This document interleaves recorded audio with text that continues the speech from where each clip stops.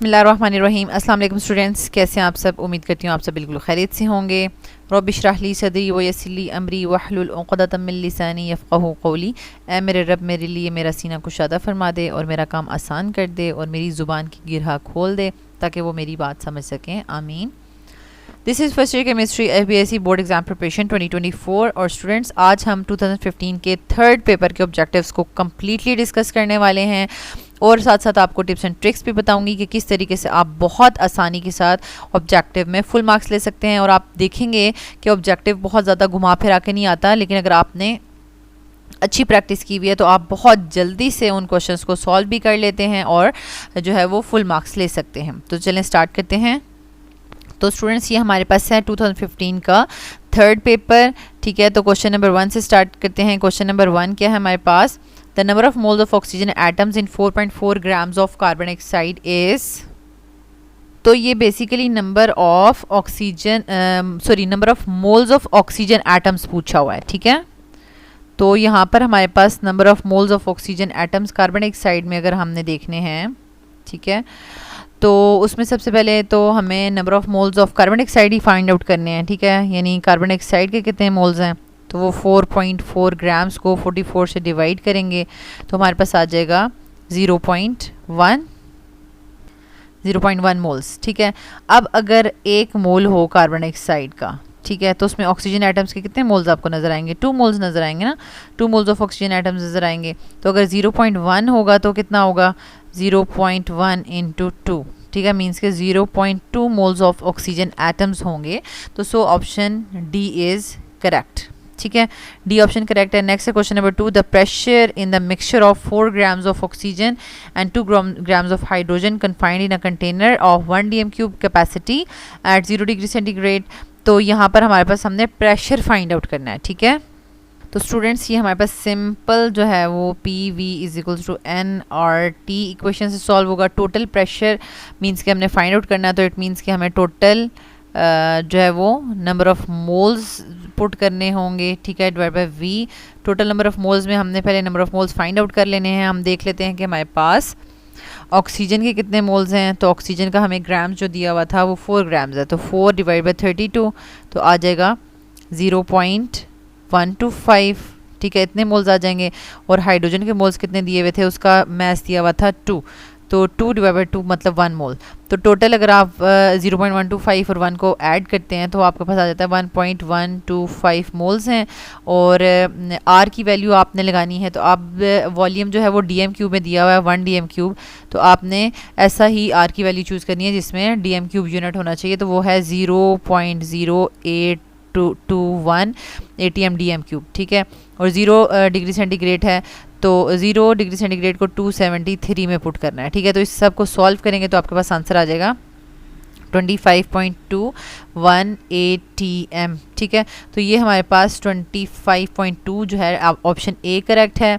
Next है question number 3, which of the following is a non crystalline solid pair, ठीक है। अब non crystalline कौन सा होगा, देखें डायमंड भी क्रिस्टलाइन होता है, ये वाला भी ऑप्शन चला गया। टेबल सॉल्ट नमक भी क्रिस्टलाइन होता है, वो भी ऑप्शन चला गया, ठीक है।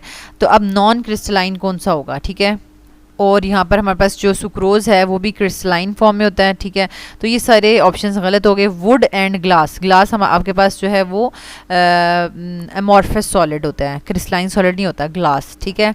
ये अमॉर्फस सॉलिड की एग्जांपल है। तो वुड एंड ग्लास जो है वो नॉन क्रिस्टलाइन सॉलिड पेयर बना रहे हैं। नेक्स्ट है question number 4, wavelength of the spectral line emitted is inversely proportional to. Wavelength किसके इनवर्सली प्रोपोर्शनल होती है हमारे पास वेवलेंथ, अगर हम इसका फॉर्मूला देखें, this is the formula, wavelength is equals to C over velocity, ठीक है। तो ये हमारे पास ये दोनों इन्वर्सली प्रोपोर्शनल है, क्योंकि C की वैल्यू अगर कांस्टेंट है, अगर हम उसको कांस्टेंट लेते हैं, कांस्टेंट और इक्वल का साइन हट जाएगा तो प्रोपोर्शनैलिटी का साइन आ जाएगा। तो अब वेवलेंथ जो है वो वेलोसिटी के इन्वर्सली प्रोपोर्शनल होता है। तो यहाँ पर हमारे पास बी ऑप्शन करेक्ट है। नेक्स्ट है question number 5, the number of sub shells in L shell is, ठीक है। एल शेल हमारे पास सेकंड शेल होता है, ठीक है।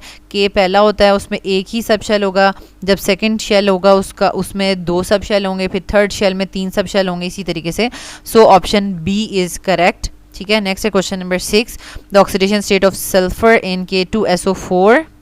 ये तो आपने बैलेंसिंग इक्वेशन में बहुत अच्छे से बार बार जो है ऑक्सीडेशन स्टेट्स फाइंड आउट करना सीख लिया है।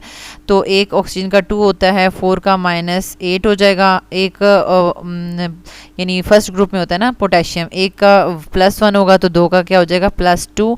अब आपने +2 में क्या ऐड करना है कि वो -8 के साथ बैलेंस हो जाए। ऑब्वियसली बात है कि हमने सल्फ़र का +6 रखेंगे ताकि -2 +6 ये जो दोनों बैलेंस हो जाए -8 के साथ, और ओवरऑल चार्ज जो है वो हमारे पास 0 आ जाए। ठीक है, so +6 is the correct answer, C option.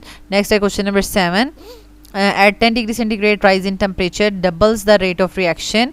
This is because molecules gain यानी हमने एक्टिवेशन एनर्जी में जिसमें हमने rate of reaction factors affecting the rate of reaction पढ़ रहे थे, तो उसमें हमने देखा था जब हम टेम्परेचर को बढ़ाते हैं तो रेट ऑफ रिएक्शन भी बढ़ जाता है। तो 10 डिग्री सेंटीग्रेड राइज करने से क्या होता है, यानी रेट ऑफ रिएक्शन जब बढ़ रहा है तो वो कह रहे हैं असल में हो क्या रहा है। तो बेसिकली उसमें हमारे पास एक्टिवेशन एनर्जी बढ़ रही है, यानी मॉलिक्यूल्स के पास जब टेम्परेचर कम होता है तो बहुत थोड़े मॉलिक्यूल्स होते हैं जिनके पास एक्टिवेशन एनर्जी होती है, और एक्टिवेशन एनर्जी होगी तो मॉलिक्यूल्स रिएक्टेंट्स जो है वो प्रोडक्ट्स में कन्वर्ट होंगे।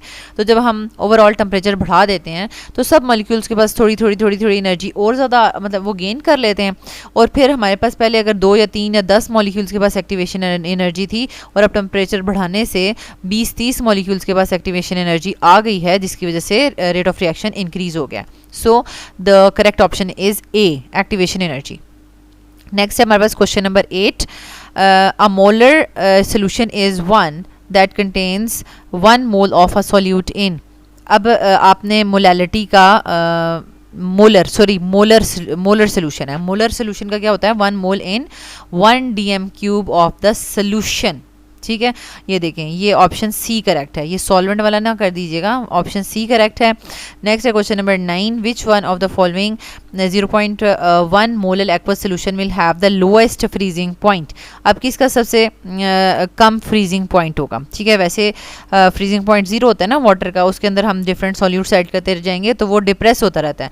तो कहते हैं कि किसका सबसे ज़्यादा डिप्रेस हो जाएगा। ठीक है, तो अब फ्रीजिंग पॉइंट डिप्रेशन भी हम delta T F freezing point depression is equals to K F into molality into i.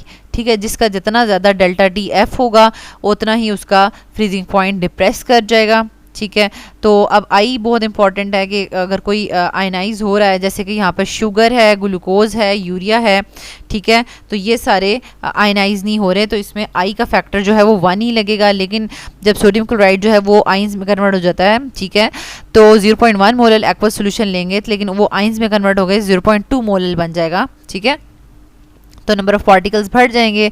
ठीक है, तो जिसकी वजह से हमारे पास जब ये 2 फैक्टर मल्टीप्लाई हो जाएगा तो डेल्टा टी एफ की वैल्यू NaCl के लिए सबसे ज़्यादा आ जाएगी, तो दैट्स वाई उसका फ्रीजिंग पॉइंट भी सबसे ज़्यादा डिप्रेस करेगा। ठीक है, so the correct option is B. Next है क्वेश्चन नंबर 10। ठीक है, हमारे पास है क्वेश्चन नंबर 10, ये हमारे पास रिएक्शन है फॉर्मेशन ऑफ सल्फर ट्राइऑक्साइड का। ठीक है, in the given equation oxidation of sulphur dioxide two sulphur trioxide is an exothermic reaction. उन्होंने हमें खुद बता दिया है yield of SO3 will be maximum. अगर हमने ज़्यादा SO3 बनाना है, प्रोडक्ट बनानी है, तो हमें क्या करना पड़ेगा। ठीक है, यानी टेम्परेचर और प्रेशर में क्या करना पड़ेगा, जब भी हमारे पास एक्सोथर्मिक रिएक्शन हो तो टेम्परेचर को लो करना है। ठीक है, उसके बाद आप देखेंगे इसके नंबर ऑफ मोल्स अगर कम है, प्रोडक्ट के नंबर ऑफ मोल्स कम हैं, ठीक है, तो इसका मतलब है कि प्रेशर को जितना इंक्रीज़ करेंगे वॉल्यूम डिक्रीज़ करेगा और उससे नंबर ऑफ मोल्स जो है डिक्रीज़ करेंगे। इसका मतलब है कि reaction will move in the direction having less number of moles. ठीक है, जहाँ पे नंबर ऑफ मोल्स कम हैं उस तरफ रिएक्शन मूव करने लग जाएगा अगर हम प्रेशर बढ़ाएंगे। ठीक है, तो नंबर ऑफ मोल्स जो हैं वो प्रोडक्ट वाली साइड पे कम है, तो इसका मतलब है कि प्रेशर बढ़ाएंगे तो प्रोडक्ट ज़्यादा बनेगी। ठीक है, और टेम्परेचर कम करेंगे तो प्रोडक्ट ज़्यादा बनेगी क्योंकि एक्सोथर्मिक है। ठीक है, तो यहाँ पर हम लिखेंगे temperature is reduced and pressure is increased. Option B जो है वो करेक्ट है। नेक्स्ट है question number 11, A standard hydrogen electrode has a 0 electrode potential। उसका 0 electrode potential है because क्योंकि वो हमने assume 0 किया हुआ है। ठीक है, the electrode potential is assumed to be 0। ठीक हो गया, ऑप्शन बी करेक्ट है। नेक्स्ट है question number 12, according to Lowry Bronsted concept the reaction possesses. अब ये अजीब सा इन्होंने क्वेश्चन बना दिया है कि एक लॉरी ब्रॉन्स्टेड कॉन्सेप्ट के अकॉर्डिंगली एक एसिड 3 बेसिस के साथ रिएक्ट करेगा या 2 एसिड्स 2 बेसिस के साथ रिएक्ट करेंगे, तो ये इसका कोई सेंस नहीं बनता। लेकिन चले हम इसको ऑप्शन में अगवाइज देखें तो एक एसिड एक बेस के साथ रिएक्ट करता है और रिएक्शन हो जाता है, सॉल्ट एंड वाटर बन जाते हैं। तो an acid and a base, इन दोनों के दरमियान में ये रिएक्शन होता है। ठीक है, नेक्स्ट है question number 13, heat of neutralization of a strong acid and a strong base is. अब ये हमने पिछले पेपर्स में बहुत दफ़ा देख लिया है कि अगर इससे कोई फ़र्क नहीं पड़ता कि कौन सा स्ट्रॉन्ग एसिड है या कौन सा स्ट्रॉन्ग बेस है, बस स्ट्रॉन्ग एसिड स्ट्रॉन्ग बेस होंगे तो उनकी हीट ऑफ न्यूट्रलाइजेशन सेम ही रहेगी, क्योंकि उनका मकसद यही है कि एसिड से प्रोटॉन आएगा और बेस से OH आएगा और उससे वाटर बनेगा। ठीक है, तो वो नियरली कांस्टेंट रहती है। ठीक है, heat of neutralization strong acids and bases के लिए नियरली कांस्टेंट रहेगी उसकी वैल्यू। ठीक है, so correct option is B. Next है question number 14, for a reversible reaction if the concentration of the reactants are doubled at a definite temperature the equilibrium constant will be। ठीक है, तो अब हमारे पास क्या है कि जो इक्विलिब्रियम कांस्टेंट होता है ना Kc, वो असल में टेम्परेचर डिपेंडेंट होता है। ठीक है, अगर आप टेम्परेचर कांस्टेंट रखेंगे तो आप कंसंट्रेशंस बढ़ाएंगे तो उससे क्या होगा, यानी अगर आप रिएक्टेंट की कंसंट्रेशन बढ़ाएंगे एकदम से इक्विलिब्रियम थोड़ी देर के लिए शिफ्ट होगा, प्रोडक्ट्स बनेंगे ये वो, फिर दोबारा से इक्विलिब्रियम अचीव हो जाएगा। तो वो क्या होगा कि हमारे पास दोबारा से जब हम प्रोडक्ट को डिवाइड करेंगे रिएक्टेंट से तो आंसर Kc वही आया करेगा। ठीक है, क्योंकि टेम्परेचर आपने कांस्टेंट रखा हुआ है। तो अगर टेम्परेचर डेफिनेट है, कांस्टेंट है, तो Kc यानी इक्विलिब्रियम कांस्टेंट को कुछ भी नहीं होगा, that will remains the same. So option D is correct. Next है question number 15, in hydrogen atom an orbit has a radius of about 0.529 angstrom. यानी अब हाइड्रोजन एटम में हमें पता है कि उसका ऑर्बिट 0.29 एंगस्ट्रॉम का होता है, फर्स्ट ऑर्बिट। ठीक है, अब वो कह रहे हैं कि अब उन्होंने बता दिया कि उस ऑर्बिट में हाइड्रोजन एटम के जो ऑर्बिट है 0.529 एंगस्ट्रॉम वाला, उसमें मैक्सिमम कितने नंबर ऑफ इलेक्ट्रॉन्स आ सकते हैं। तो ऑब्वियसली बात है कि उसमें हमें पता है कि वो s ऑर्बिटल है और s में 2 इलेक्ट्रॉन्स आ सकते हैं। तो सो करेक्ट ऑप्शन इज ए।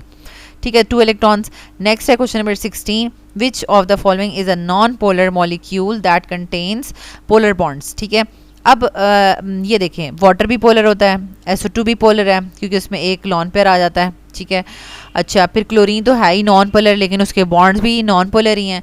लेकिन CCl4 एक ऐसा मॉलिक्यूल है जो है तो नॉन पोलर, ठीक है, लेकिन उसके बॉन्ड्स पोलर है। बॉन्ड्स पोलर किस तरह से हैं, क्योंकि क्लोरीन जो है वो हाईली इलेक्ट्रोनेगेटिव है एज कम्पेयर टू कार्बन, तो वो बॉन्ड तो पोलर हो जाता है, लेकिन जब चारों बॉन्ड्स एक दूसरे के इफेक्ट को कैंसिल करते हैं तो ओवरऑल वो मॉलिक्यूल जो है वो नॉन पोलर बन जाता है। ठीक है, तो option C is correct. And last question है question number 17, in the zero order reaction the rate is independent of concentration of reactants. यानी अगर आपके पास जो रेट ऑफ रिएक्शन है वो लाइट पे डिपेंड कर रहा है, एंजाइम्स पे डिपेंड कर रहा है, कैटलिस्ट पे डिपेंड कर रहा है, तो आप बेशक जितने मर्जी रिएक्टेंट्स डालते जाएं, अगर आप ये चीज़ें नहीं डालेंगे, यानी आप लाइट नहीं प्रोवाइड करेंगे, आप कैटलिस्ट नहीं प्रोवाइड करेंगे, तो कुछ भी नहीं होगा, रिएक्शन परफॉर्म ही नहीं होगा। ठीक है, so the reaction is independent of the concentration of the reactants.